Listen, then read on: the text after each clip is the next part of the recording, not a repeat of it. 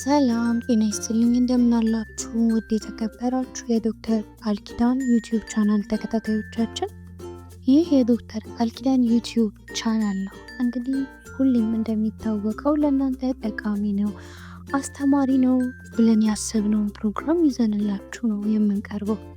እንግዲህ በዛሬም ደግሞ ወንዶች በብዛት የሚቸገሩበት ነገር አለ። እሱ ምንድን ነው? ወሲብ ላይ ብዙ አለመቆየት፣ ቶሎ መጨረስ ማለት ነው። ወይንም ደግሞ ከአንድ ዙር በላይ መሄድ አለመቻል። እነዚህ ነገሮች በምን ማስተካከል ይቻላል የሚሉትን የተወሰኑ ማብራሪያዎችን ይዤላችሁን የመጣሁት ማለት ነው። እስከ ፕሮግራም ፍጻሜ ድረስ አብራችሁን እንድትቆዩ እጋብዛችኋለሁ። ይህን የዩቲዩብ ቻናል ሰብስክራይብ ካላደረጋችሁ ሰብስክራይብ በማድረግ ቤተሰብ ሁኑ። በተጨማሪም ደግሞ ቪዲዮዎቻችንን ላይክ፣ ሼር በማድረግ ለሌሎችም እንዲደርሱ እንድታደርጉ እንጋብዛችኋለን። መች እንደሚያስፈልጋችሁ ስለማይታወቅ ቤተሰብ በመሆን በፈለጋችሁበት ሰዓት ላይ ያንን ቪዲዮ እንድታገኙት ይረዳችኋልና ቤተሰብ ሁኑ። የደውሏን ምልክት ተጫኑ እላችኋለሁ። እንግዲህ አሁን ቀጥታ ወደ ዛሬው ፕሮግራም የምገባ ነው የሚሆነው። እንግዲህ በብዛት እንደነገርኳቸው ብዙ ወንዶች የሚቸገሩበት ነገር እንዲሁም ደግሞ ከትዳር አጋራቸው ወይም ደግሞ ከፍቅረኞቻቸው ጋር የሚጣሉበት ትልቁ ነገር ቢኖር በወሲብ ጊዜ ላይ ቶሎ መጨረስ ወይንም ደግሞ ከአንድ ዙር በላይ መሄድ አለመቻል። እንግዲህ ሴቶችን በጣም እጅግ በብዙ የሚያናድዳቸው ነገር ነው። ወንዶች ደግሞ በብዛት የሚያደርጉት ነገር ነው። ስለዚህ እነዚህ ነገሮች እንዴት በማስተካከል ወንዱም ደስተኛ ሆኖ ሴቷም ደስተኛ ሆና ደስ የሚል ጊዜ እንዲያሳልፉ ማድረግ ይቻላል የሚለውን ነው እንግዲህ የማነሳውላችሁ ማለት ነው። በዚህ ርዕስ ስር የማነሳ የመጀመሪያው ነጥብ እንግዲህ ሁሌም እንደምለው ቅድመ ወሲብ ነው። ቅድመ ወሲብ መቼም ቢሆን ወሲብ ላይ ሊረሳ የማይገባ ትልቅ ነገር ነው። ምክንያቱም ወንዱም ሆነ ሴቷ ደስተኛ ሆነው የወሲብ ጊዜያቸውን እያጣጣሙ ደስ በሚል ሁኔታ ማሳለፍ የሚፈልጉ ከሆነ ቅድመ ወሲብ በጣም ወሳኝ ነገር ነው። ከዛ በመቀጠል ደግሞ ሌላኛው ደግሞ ምንድነው እንግዲህ ሴት ልጅ ሁሌም እንደምለው ስሜቷ ቶሎ አይመጣም፣ ቶሎ አትግልም። ቀስ እያለች ነው እየጋለች የምትመጣው። ስለዚህ እንደዛ በደንብ እንድትግል ደግሞ መነካት ያሉበት በጣም ሴንሲቲቭ የሆኑ ቦታዎች አሉ። እነዛም ቦታዎች ደግሞ ጠንቅቃችሁ ማወቅ ይኖርባቸዋል ማለት ነው። እንግዲህ ለምሳሌ የተወሰኑትን ልንገራችሁ። ሴት ልጅ ጡቷን ስትነካ፣ አንገቷ ስር ስትሳም፣ እምብርቷ አካባቢ ስትሳም፣ እንዲሁም ደግሞ ቂንጥሯ ሲነካ ማትችላቸው አይነት የስሜት ቦታዎቿ ናቸው። እንግዲህ እነዚህ የተወሰኑት ናቸው ነው።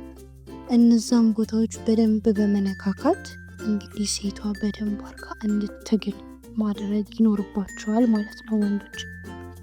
ያንም በማድረግ እንግዲህ ወደ ወሲብ ከገባችሁ በኋላ ወሲብ እያደረጋችሁ እያለ ወንድ ልጅ ሊጨርስ ሲል ቶሎ ብሎ ብልቱን አውጥቶ አፉን መያዝ ይኖርበታል፣ ወይንም ደግሞ ሴቷ እንድትይዝለት ማድረግ ይኖርበታል ማለት ነው። ይህም በምታደርጉበት ሰዓት ግን አንደኛ የፍቅራችሁ ይጨምራል፣ እሷም ደስተኛ ትሆንበታለች። በተለይ እሷን በምታይዛት ሰዓት እሷ ስሜቷ ሳይቀዘቅዝ እዛው ጋር ትቆያለች። አንተም ደግሞ ሳትጨርስ ትንሽ ስሜት መለስ እንዲል አድርገው ከዛ ድጋሚ ወሲቡን መቀጠል ትችላላችሁ ማለት ነው። እንግዲህ ይህን በማድረግ ቶሎ ለመጨረስ የምትቸገሩ ወንዶች ይህን በማድረግ እንግዲህ ማስተካከል ትችላላችሁ ማለት ነው። ሌላኛው ደግሞ ቀደም እንዳልኳችሁ ከአንድ ዙር በላይ ለመሄድ ደግሞ እንግዲህ በጣም የሚያስፈልጉትን ነገሮች ንገራችሁ።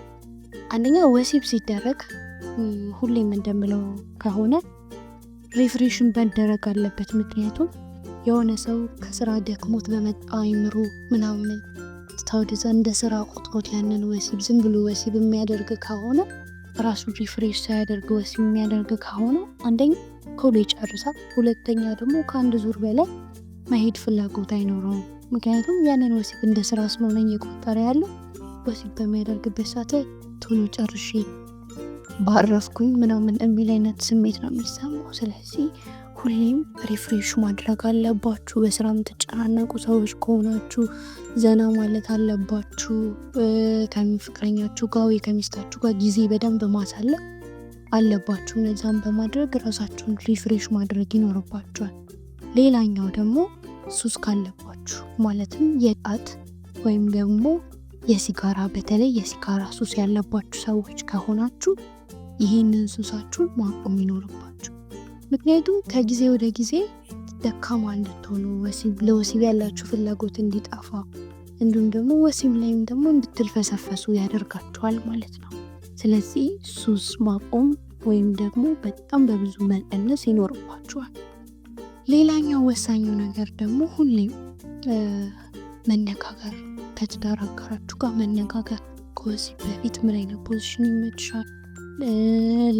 ወጣ ያለ ወሬም ቢሆን ወይም ደግሞ ሀሳብ መለዋወጥም ቢሆን ኤኒ ነገር ብትወያዩ ብትነጋገሩ በደንብ የመቀራረብ ሂደት ውስጥ ስለምትገቡ ወሲብ ስታደርጉ ምንም የሚከብዳችሁ ነገር አይኖርም ማለት ነው።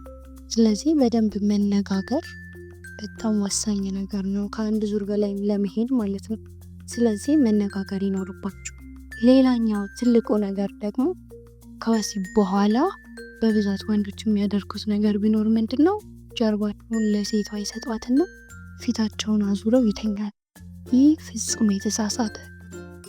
ወሲብ አድርጋችሁ ከጨረሳችሁ በኋላ ሴቷን ደረታችሁ ላይ አስተኝታችሁ ጸጉሯን እያሻሻችሁ እያወራችሁ እየተሳሳችሁ እሷም አቅፋችሁ እንደዚህ አይነት ጊዜዎችን ስታሳልፉ ያንን የወሲብ ሰዓታችሁን ሁሌም እየጓጓችሁለት ትመጣላችሁ ማለት ነው። ስለዚህ ወንዶች ይህንን ተግባራችሁን አቁሙና ከዚህ በኋላ ወሲብ አብራችሁ ከምታደርጓት ሴት ጋር ወሲቡን ከጨረሳችሁ በኋላ ዞራችሁ አቅፋችኋት እያወራችሁ እየተሳሳቃችሁ ደስ የሚል ጊዜያችሁን አሳልፉ። ወንዱም ቀጣይ ዙር ለመድገም በጣም ደስተኛ ይሆናል። ሴቷን ደግሞ ደስተኛ ሆና ቀጣይ ዙር ትደግማለች ማለት ነው። ስለዚህ ይህን ማድረጋችሁ በጣም ጠቃሚነት አለ። እንግዲህ ለዛሬ ያስኩላችሁ ፕሮግራም ይህን ይመስል ነበር። አሳጥሬን ያቀረብኩላችሁ አውቃለሁ፣ ነገር ግን በደንብ እንደተማራችሁበት አልጠራጠርም። ይህንን እንደዚህ አይነት ችግር ያለባችሁ ሰዎች ይህንን መፍትሄዎች በመጠቀም እንግዲህ ሀሳባችሁን እንድታጋሩ እንጠይቃለሁ። በተጨማሪም ደግሞ እንግዲህ በቅርቡ የፌስቡክ ፔጅን እንዲሁም ደግሞ የቴሌግራም አካውንቴን ይፋ አደርጋለሁ። እስከዛ ድረስ ግን ያላችሁን ሀሳብ አስተያየት ኮመንት ላይ ጻፉልኝ። እንግዲህ እስካሁን ድረስ አብራችሁን ስለቆያችሁ እጅግ በጣም አመሰግናለሁ። በቀጣይም ደግሞ እንደዚሁ አስተማሪ ነው ጠቃሚ ነው ብዬ ያሰብኩትን ቪዲዮ ይዤላችሁ እመጣለሁ። እስከዛ ድረስ ግን እወዳችኋለሁ። መልካም ጊዜ ይሆንላችሁ። ይህን ቻናል ደግሞ ሰብስክራይብ፣ ላይክ እንዲሁም ደግሞ ሼር ማድረጋችሁን እንዳትረሱ። እስከ ቀጣይ እስክንገናኝ ድረስ መልካም ጊዜ ይሆንላችሁ።